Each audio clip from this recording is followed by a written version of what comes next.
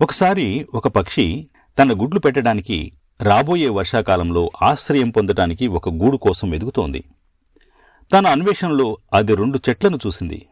ఆశ్రయం కోసం అది మొదటి చెట్టును అడిగినప్పుడు అది ఆశ్రయం ఇవ్వడానికి నిరాకరించింది. నిరాశతో 2వ చెట్టు దగ్గరకు వెళ్ళింది. 2వ చెట్టు అంగీకరించింది.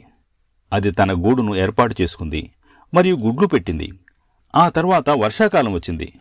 వర్షం చాలా భారీగా కురవడంతో మొదటి చెట్టు కూలిపోయి వరదలో కొట్టుకుపోతోంది. పక్షి ఇది చూసి ఎగతాళిగా, చూడు, ఇది నీ కర్మ. నువ్వు నాకు ఆశ్రయం ఇవ్వలేదు. ఇప్పుడు దేవుడు నీకు శిక్ష విధించాడు అని అన్నది. చెట్టు చిరునవ్వు నవ్వి ఇలా చెప్పింది, ఈ వర్షాకాలంలో నిన్ను బతకలేనని నాకు తెలుసు. అందుకే నేను నిన్ను నిరాకరించాను. నీ పిల్లల ప్రాణాలను ప్రమాదంలో పడేయాలని నేను అనుకోలేదు. మనుషులుగా మనం ఇతరులను చాలా తొందరగా తప్పుపడతాం. చాలా సందర్భాల్లో మనకు ఆ వ్యక్తి లేదా వారి నేపథ్యం, వారు ఏమి ఆలోచిస్తున్నారో తెలియదు. తొందరపడి ఎవరిని తప్పు పట్టకండి. ప్రతిదీ వ్యక్తిగతంగా తీసుకోవడం మానేయండి. అది అస్సలు మంచిది కాదు.